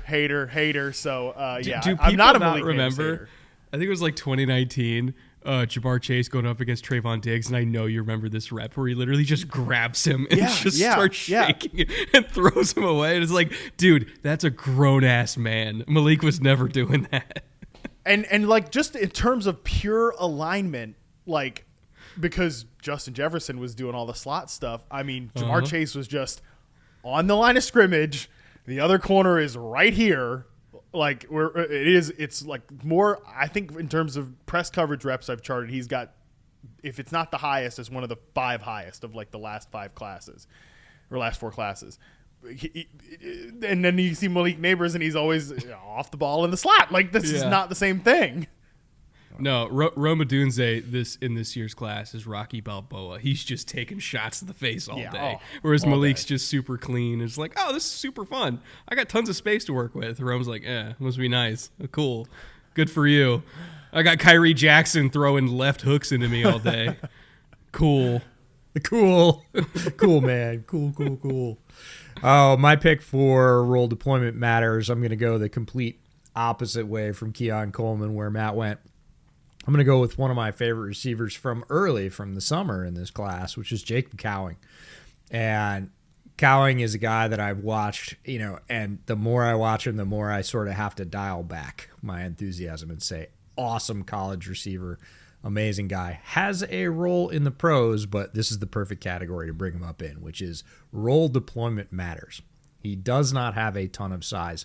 He is not physical. And I know there's going to be screamers in the comments, but what about Tank Dell? I love Tank Dell. And Tank Dell, again, was an outlier in his ability to not get touched, getting off the line. I think Jacob Cowing is a step below that. However, if he goes to a place that uses motion, and our buddy Jordan Rodriguez just wrote a great piece about tracking motion throughout the NFL. If Jacob Cowing ends up with a coach like Mike McDaniel, who uses motion creatively and can get him some free releases, that guy's going to eat. He could have 550, 650 yards as a wide receiver 3 as a rookie because he is really hard to handle coming off the line of scrimmage with a clean release. If we flip to the floor, goes to a system where they're like, guess what? You go stand over there. We're not moving you an inch. We're going to run some play action. Get free, have fun. He could be labeled a bust, right? He's going to get drafted way lower down. People don't typically use that for lower round picks, but people are going to be like, he's a nothing. And we're going to be like, I don't know, it's a pretty good wide receiver. Like there's something there to use, but you have to use it the right way. And motion is going to be the key for Cowing. You got to get that guy off the line in different places where people aren't expecting him because he doesn't have the same, and I'm just going to call it knack, that Tank Dell had. He's just not quite at that level where Tank Dell, you could do that. You could literally stand him still just a little bit off the line and nobody's going to touch him, especially in the red zone. He was just so good at that.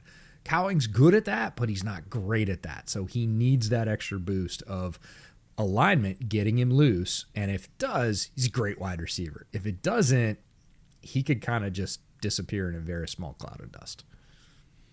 Where did, now that you mention it, curious, Matt, where did you have Tank last year? Like that, because his profile was so different, right? Yeah. To EJ's point, he was a guy that was, really, like he had a really good success rate versus press last year. I had him and Puka right around like receiver 10 or 12, if I'm looking at it. So in that sort of range. Which, if you had Puka anywhere in the top 12, that was still way higher than consensus, I would say. So Good work on that one. And we're behind Marvin Mims, which I regret. So hey, there's I still like time. Mims. There's There will still be no time. Mims slander. man, the rookie year film was rough, but they're he's behind guys that were not as good as rookies for sure. But yeah, I was pretty strong in terms of like guys that were going to go. I thought Tank was going to go on day 3. I was kind of surprised that the Texans took him as high as they did. Like, I have both those guys right around receiver 12 in last year's class. They both were guys that could get open, man. Well, I'm curious to see where Cowing goes, because I feel like he's one of those guys, and this is going to sound like, of course, he's one of those guys where it's like, can we just get him to Mike McDaniel just to make sure it works? Because Mike would know how to use him. That was my first thought. They need more receivers, man. I think they need It's not. I know not that a fast sounds enough crazy. Team. Yeah. Yeah, I know that sounds stupid because hey, bootleg guys, you brought on this idiot who doesn't know about Tyreek Hill and Jalen Waddle. I'm aware of those guys. I just think I'm aware of their work. I'm just thinking maybe we don't need River Craycraft involved in the proceedings as much, or Braxton Berrios. Travis is going to come for you. Our buddy Travis Wingfield that works for the Dolphins loves River. I just get one more guy with more juice. Just why not? Let's just keep throwing heat at it. Yeah. No, you're not allowed to catch passes there unless you clock 4.35 or less. So, new rule on the team. All right. Speaking of speed and terrifying DCs, like everybody in Miami tends to do. Last category. Wide receiver that scare defensive coordinators the most. And this is basically a free-for-all of, if you were a DC, who in this class would you absolutely, unequivocally not want to coach against? Matt, you have the floor. Well, I think it's got to be a guy that we haven't talked about yet somehow. We've gone this whole hour and a half. I don't think we've really talked about Marvin Harrison Jr., but I think we got to talk about him here because to me, he was definitely the guy that stood out to me in terms of when you're just watching him, you can see defenses are scared of him because of the double coverage that he faces. So Marvin Harrison Jr. in his reception perception sample, 16.8% of his routes were double covered. That is the highest percentage I've charted ever for a prospect. And he's the only guy that's been above 8.5% that's cracked a 70% success rate. So, I mean, not only it's literally double. Yeah, exactly right. I was like, where can I put to make this an interesting stat? Where can I put? We'll put it at 8% because that's when it starts to get significant. But it's just so much higher than anybody else. And I mean, the other guys that were even closer there are playing at lower levels.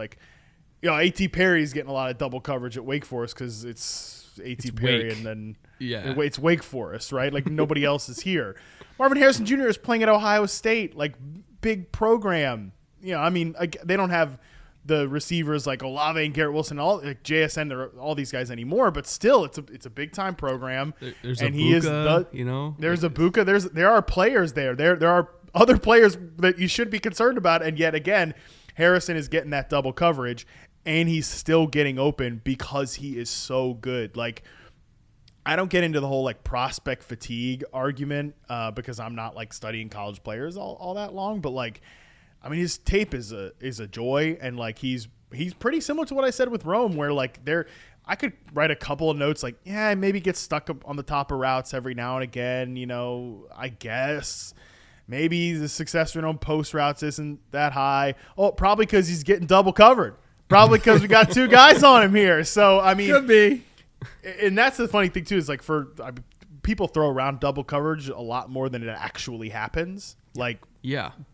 But not for Marvin Harrison Jr. This is a significant amount, and he's still really good at it. So, and I feel just from day one, a guy that's that good at everything, that's that good at getting off the line of scrimmage against press coverage at that size as a true X receiver. I think he will.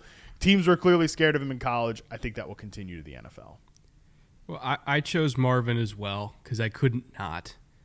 And to piggyback on your point about double coverage, I want to emphasize the point that especially in the NFL, double coverage, true double coverage, what you think of double coverage, 1 double 18, usually, or one double jersey number is the actual call. It's, hey, we're calling cover one, and then we call out a jersey number who's going to get a dedicated guy on a bracket. Wherever he goes, two guys are following, right?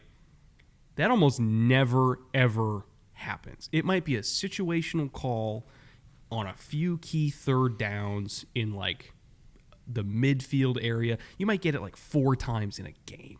And that's if you have a guy that's worth it. Tyreek, Adams, Jefferson. Most double coverage is really just like, oh, we're playing a certain type of quarters, whether it's a 3x1 or a 2x2, where there's going to be a bracket, but it's not like a true double.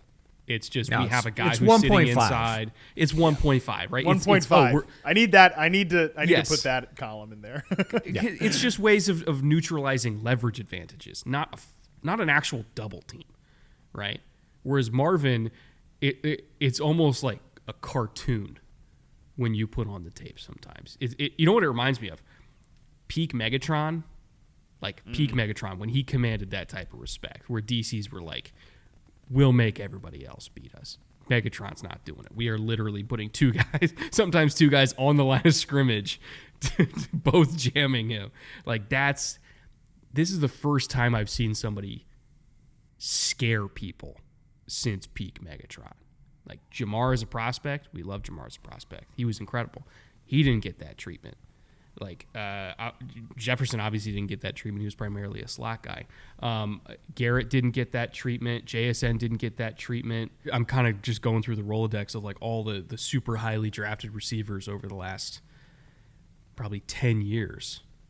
Sammy Watkins didn't get that treatment at Clemson.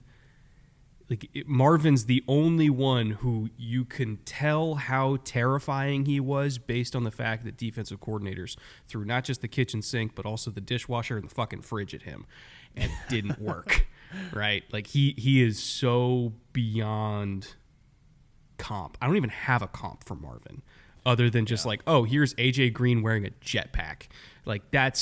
That's the only thing I could come up with that realistically encompassed how special he is. He is the best player in this draft. And this draft has Caleb Williams in it. And Marvin's the best player. That is how good he is. Yeah, and how easily he beats that double coverage, just to Matt's point, is he still had a very high successful profile despite being doubled twice as much as just about anybody else that he's ever charted. And the ease with which he does that on tape. And you talk about prospect fatigue, Matt.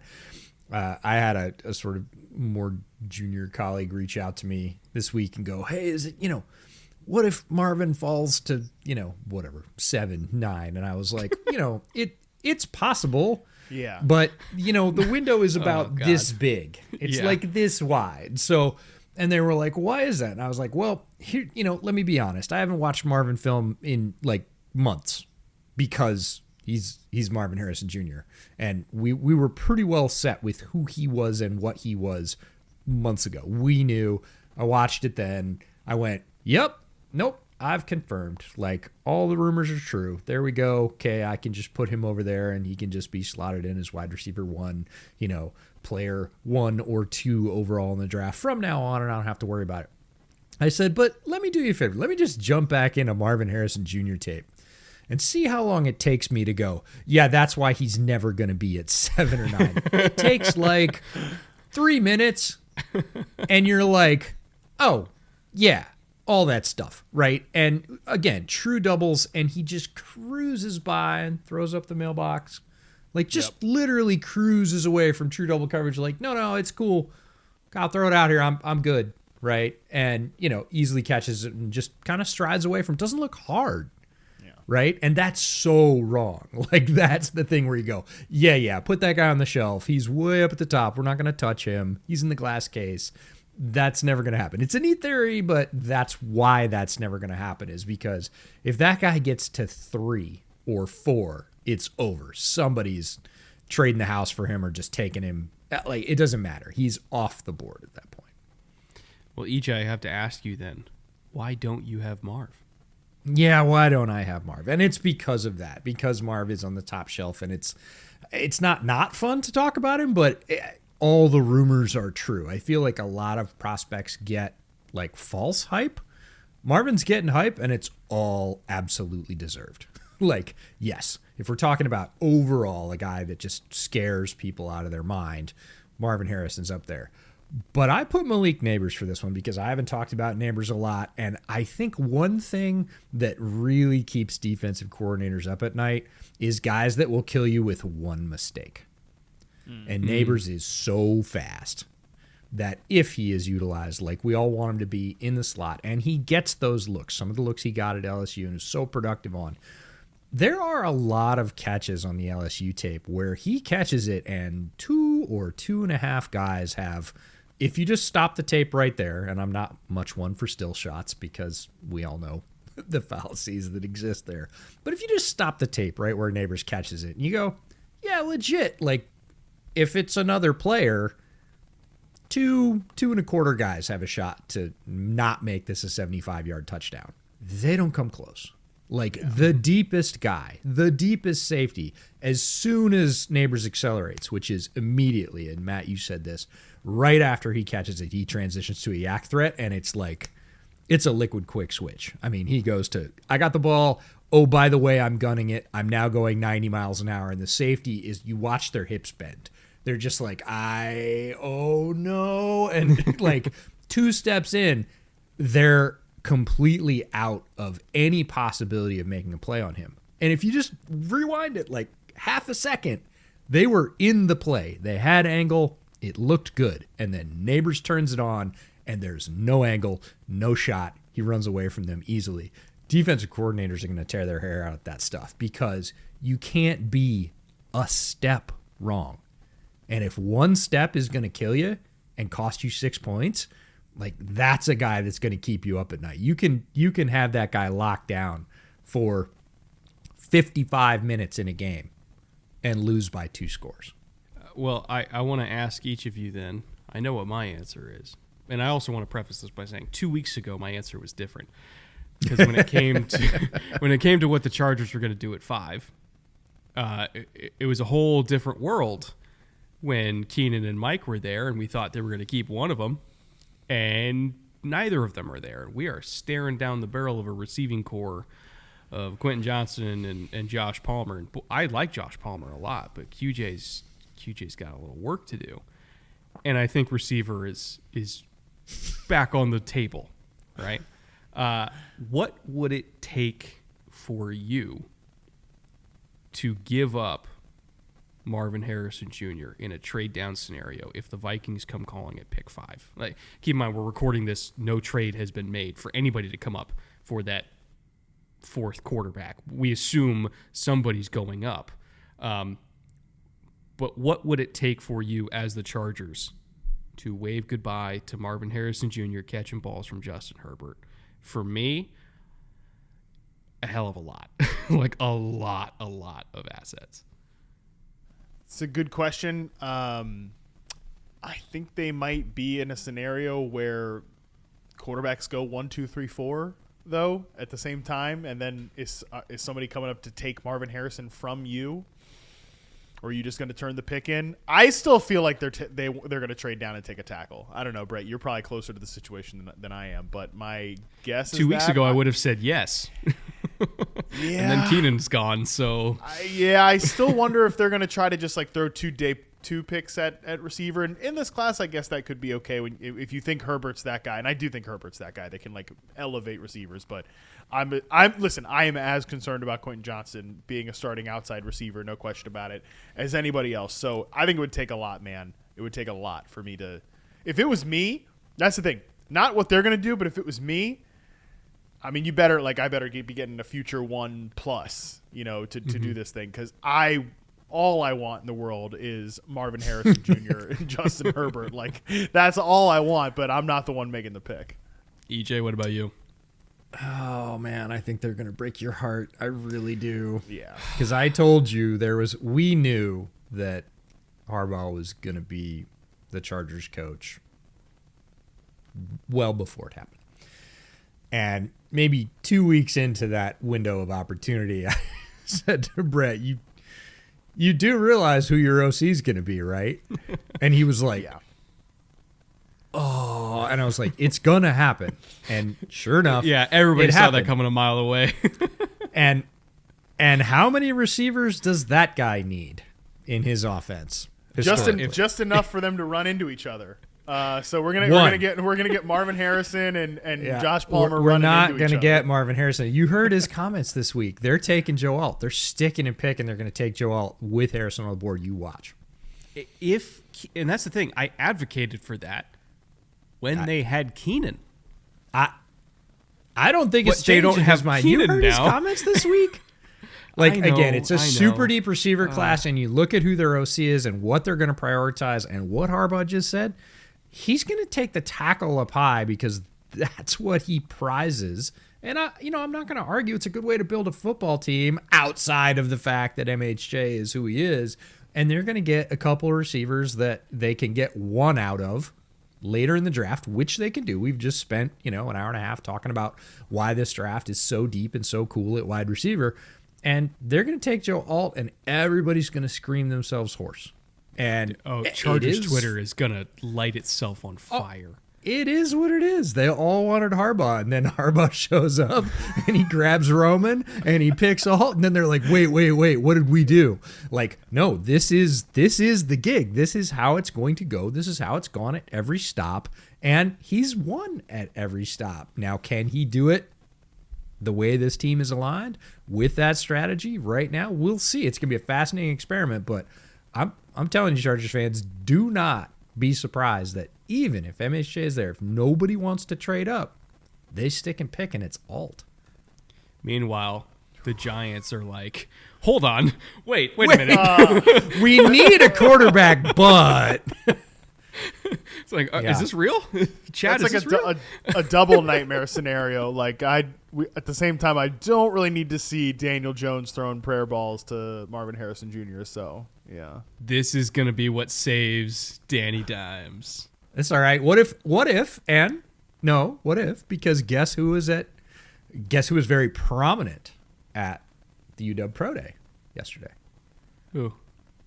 Shane and Dable. yeah, Dable was there. Yeah, They were right behind him, like Interesting. right behind him for the whole session. They walked out pretty smiley. Like, you get MHJ, you get Penix in round 2. Like, All right. Okay. You can sell me on that. yeah. Yeah, I'll like I'll that take would Drew be- Lock throwing prayer balls to. I don't know. oh man. All right. Well, this was amazing, Matt. You do incredible work. You are the number one person. When people ask me about the receiver class, you're honestly the person I say, go look at what Matt says, because what Matt says matters more than what I say, because you're generally the one who gets these things right more than everybody else. You are the person that I trust most with wide receiver evaluations. We are so happy that you're able to come on. I want to encourage everybody to go check out Reception Perception. It is a treasure trove of data, analysis.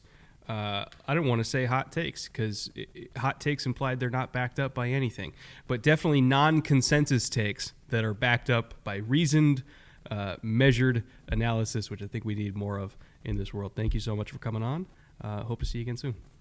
Hey, I appreciate both of you guys, and the admiration goes both ways. I've always been a big fan of both of you and the work you guys put out, especially on YouTube, Brett. I think you're one of the best at like taking film and making it like, hey, let's make this an approachable thing that we can all talk about. Okay, so like that, the admiration goes both ways. I appreciate you both for having me on. EJ, I mean, you're my guy. So like, it's been a great time. I appreciate this. I'm glad we got it in under 2 hours. I mean, we probably could have done the full breakdown on Harrison's route tree or Neighbors' route tree with Drew Lock, but we'll save that for the next episode. Yeah, we'll save that for the Reception Perception paywall. Go pay Matt for all the work Please, that he's done. I will refund you. No, I will refund you. No. Come for the Curtis Samuel takes. That's what you pay for, actually. Thanks for coming. Appreciate you. That was a doozy, EJ. Huge show. that we had today. Thank you, everybody who's still here somehow this late in the game. Before we get out of here, EJ, any final thoughts? We said Matt was the best, and now you know why. Absolutely check out his stuff at Reception Perception, at Yahoo Sports. Been friends with Matt for a long time. Incredibly knowledgeable guy. And my favorite thing about that whole bit was probably his questions to us. I love the way his brain works. I love watching him think through things. And again, kind of say, hey, I'm thinking about it this way. How are you guys thinking about it? He does that with everybody. His interviews are tremendous. He does some great interviews. I referenced one that he did with Puka at the Super Bowl, but there were many more. He's actually talking to these people and picking apart their games just like we do with prospects at the Shrine Bowl.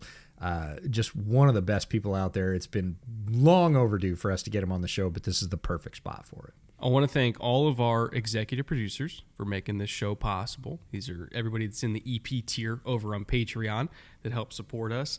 Icon, Consti, Andrew, Liam, Connor, and Mike L. Thank you once again to all of you for helping to make this show what it is. Couldn't do this without you guys. Also want to thank our clothing partner, Homage, who, well, I'm not wearing Homage today, but EJ is. They not only carry bootleg merch, but they also carry merch for every single NFL team, a bunch of college programs. They're just kind of acquiring just had new opening day licenses. specials for baseball. They did. They've got some really, really cool stuff coming up for the draft as well. Yeah. So, if you're interested in either bootleg merch or NFL merch or draft merch or college merch or baseball merch or any kind of merch, really anything, they probably have it. Anything that you get from our link in the description, we get a cut of, especially if it's bootleg. Then we get an even bigger cut because apparently we own that, EJ. It's weird. God, my brain's fried after like almost 2.5 hours of doing this show, but I don't think I have anything else. Do you have anything else? I don't. It's just going to keep right on rolling in terms of draft guest interviews with players that we got from the Shrine Bowl, little hits here and there in between, and then rolling right onto the draft live stream. So I'm done with Pro Days for the year, which feels pretty good. Now we're just locked into grinding out content and making sure that you get to see it all before the draft. We'll be back very soon with, I think Matt Bowen is our next episode, right? I can't even keep straight how they're going to drop, but yes, we've got Matt Bowen, we've got Mina Kimes, we've got DJ, we've got all kinds of folks coming in who are extremely knowledgeable and what we really hope is the top folks in the industry so that we can bring their perspectives to you and you can be some of the most informed fans heading into the draft anywhere. We'll see you soon with whatever the next episode happens to be. And until then, later.